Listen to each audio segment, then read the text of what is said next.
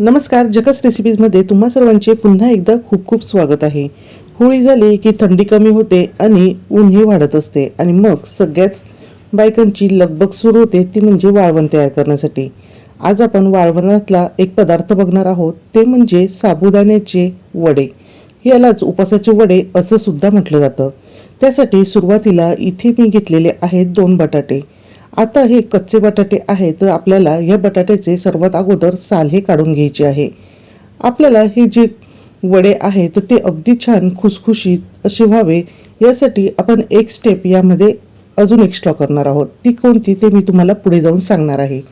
आता इथे मी किसणी घेतलेली आहे आणि किसणीची जी जाड बाजू आहे तर त्याने आपल्याला बटाटे हे किसून घ्यायचे आहे. पण त्या अगोदर आपल्याला एका भांड्यात पाणी घ्यायचे आहे, कारण की बटाटे हे किसल्यानंतर लगेचच थोड्या वेळात काळे पडायला सुरुवात होतात. म्हणूनच आपल्याला बटाटे हे थोडे थोडे किसून झाल्यानंतर एका भांड्यामध्ये पाणी जे घेतलेले होते तर त्यामध्ये काढून ठेवायचे आहे, म्हणजे बटाटे हे अजिबात काळे हे होणार नाही. आणि इथे तुम्ही बघू शकतात, हलकासा दाब देऊन इथे मी बटाटे किसते आहे, म्हणजे अशा पद्धतीने जाडसर त्याचबरोबर लांब असे हे बटाटे किसले जात आहे. आणि किसून झाल्यानंतर लगेचच पाण्यामध्ये घालून घेतलेले आहे, म्हणजे ते काळे पडणार नाही. आता याच पद्धतीने दुसरा जो बटाटा आहे तो सुद्धा मी किसून घेणार आहे. यामध्ये आता आपल्याला खूप जास्त बटाट्याचा वापर करण्याची सुद्धा आवश्यकता नाही. आणि आता आपल्याला हे जे किसलेले बटाटे आहेत तर हे 3 ते 4 पाण्याने व्यवस्थित धुवून घ्यायचे आहे, म्हणजे त्यावर अशा पद्धतीने अगदी छान असे निखळ पाणी राहील इथपर्यंत आपण हे धुणार आहोत. त्यानंतर इथे मी 2 बटाटे घेतलेले आहेत. आता हे उकडलेले बटाटे आहेत. साधारणतः आपल्याला ह्या रेसिपीसाठी 1/2 किलो एवढे बटाटे लागलेले आहे. बटाट्याचे साल काढून झाल्यानंतर स्मॅशरने हे मी स्मॅश करून घेतलेले आहे. याच्याऐवजी तुम्ही किसणीने हे किसून सुद्धा घेऊ शकतात. आता आपले बटाटे सुद्धा छान असे स्मॅश करून झालेले आहे. त्यानंतर इथे मी जे हिरव्या मिरच्या आहेत त्या काही दिवसानंतर अशा ह्या लाल पडतात, तर या लाल मिरच्यांचा वापर इथे मी करणार आहे. तर बघू शकतात अशा ह्या नरम आहेत, परंतु ह्या रंगाने लाल आहेत. याऐवजी तुम्ही इथे हिरव्या मिरचीचा सुद्धा वापर करू शकतात. आता 4 ते 5 हिरव्या मिरच्या मिक्सरमधून दळून घेतले आहे. त्यानंतर इथे भिजवलेले साबुदाणे आपण वापरणार आहोत. ज्या पद्धतीने आपण खिचडीसाठी साबुदाणा भिजवतो त्याच पद्धतीने हे भिजवलेले साबुदाणे आपल्याला वापरायचे आहे. तर इथे मी 3 कप एवढे भिजवलेले साबुदाणे घेतलेले आहे. आता आपल्याला यामध्ये किसून घेतलेले जे बटाटे होते, म्हणजेच कच्चा बटाटा जो आहे तर तो यामध्ये घालून घ्यायचा आहे. यामध्ये किसलेला जो बटाटा आहे तो घालताना पाण्यामधून तो घट्ट असा पिळून घ्यायचा आहे आणि त्यानंतरच हे साबुदाण्यावर घालायचं आहे. त्यातच आता आपण स्मॅश करून घेतलेले बटाटे सुद्धा यामध्ये घालून घेणार आहोत आणि यातच आपण दळलेली जी मिरची आहे ती घालणार आहोत. तर सुरुवातीलाच मी तुम्हाला जसे सांगितले की तुम्ही इथे हिरव्या मिरचीचा सुद्धा वापर करू शकतात. त्याचबरोबर तुम्ही इथे लाल मिरची पावडर सुद्धा वापरू शकतात. त्यातच मी चवीनुसार मीठ सुद्धा घालून घेतलेले आहे. आणि असे हे मिश्रण आहे तर ते आपल्याला अगदी व्यवस्थित असे एकजीव करून घ्यायचे आहे. जर तुम्हाला कोणत्याही प्रकारे हे वडे तिखट नको असतील तर अशा वेळेस तुम्ही कोणत्याही लाल मिरची हिरव्या मिरचीचा वापर न करता सुद्धा हे वडे केले तर तरीसुद्धा हे चविष्ट लागतात.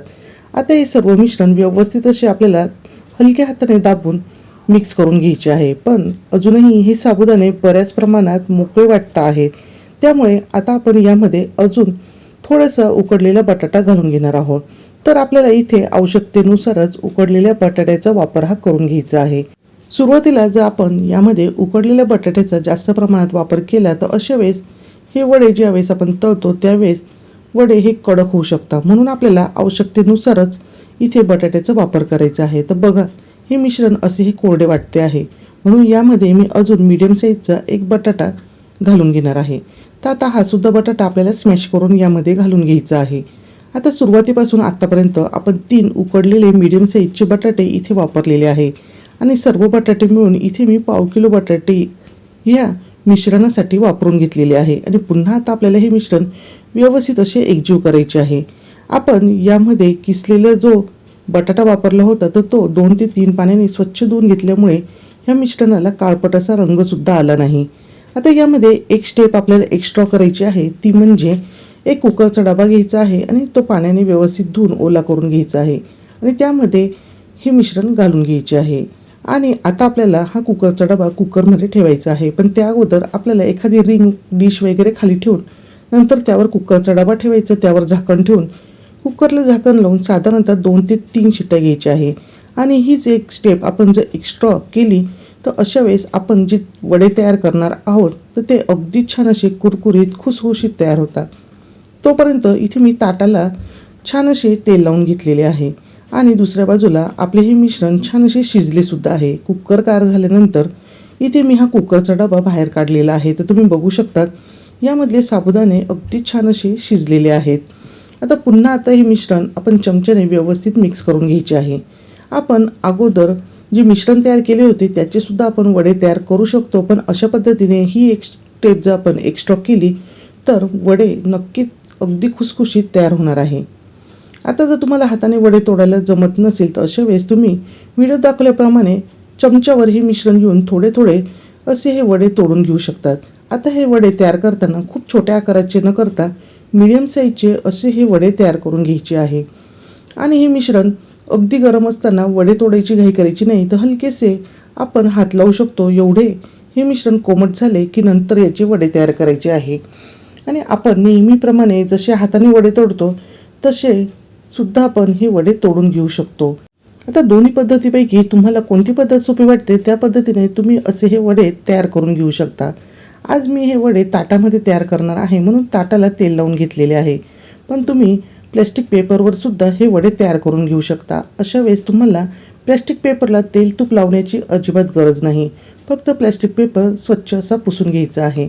वडे तोडताना सुद्धा हे पीठ आपल्याला अगदी दाबून दाबून त्याचा गोळा तयार करायचा नाही, तर हलक्या हाताने आपल्याला हे पीठ असे हे एकजीव करायचे आहे आणि त्यानंतर मीडियम साईजचे वडे हे तोडून घ्यायचे आहे.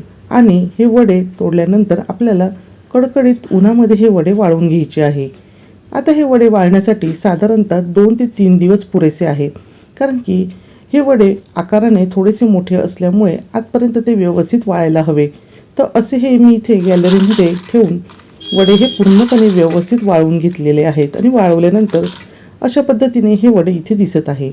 हे वडे आपण लगेचच तळून बघणार आहोत, त्यासाठी कढईमध्ये तेल हे गरम करण्यासाठी ठेवलेले आहे. तेल अगदी व्यवस्थित गरम झाल्यानंतर गॅसची फ्लेम मीडियम करायची आहे आणि वडे यामध्ये तळून घ्यायचे आहे. लक्षात ठेवा, तेल गरम झाल्यानंतर मीडियम फ्लेमवरच हे वडे तळायचे आहे, नाहीतर वरच्या बाजूने हे वडे तळले जातील आणि आतल्या बाजूला हे कच्चे राहतील. त्यामुळे आपल्याला ही काळजी घ्यायची आहे. आणि इथे तुम्ही बघू शकतात अगदी पॉपकॉर्नसारखे मस्त असे हे वडे तळल्यानंतर फुललेले दिसत आहेत आणि खाताना सुद्धा अतिशय चविष्ट असे हे वडे तयार होतात. ज्यांना असे हे उपवासाच्या चकल्या वगैरे करायला कंटाळा येत असेल किंवा वेळ नसेल तर अशा वेळेस तुम्ही अगदी झटपट होणारे उपवासाचे असे हे वडे म्हणजेच उपवासाचे सांडगे नक्कीच तयार करून बघा. अतिशय कमी वेळेमध्ये कमी साहित्यामध्ये हे तयार होतात आणि खायलासुद्धा अगदी रुचकर आणि चविष्ट लागतात. मग वाट कसली बघतायत, तुमची सुद्धा वाळवणाला सुरुवात झाली का नाही? जर नसेल झाली तर तुम्ही अशा प्रकारे उपवासाचे सांडगे तयार करून वाळवणाला नक्की सुरुवात करा. आणि तुम्हाला हा व्हिडिओ कसा वाटला हे मला कमेंट करून सांगायला अजिबात विसरू नका. व्हिडिओ जर आवडला असेल तर व्हिडिओला लाईक करा, शेअर करा आणि चॅनलवर नवीन असाल तर चॅनलला सबस्क्राईब करा. पुन्हा भेटूया असेच एका छानशा आणि झकास रेसिपीसोबत. तोपर्यंत बाय बाय.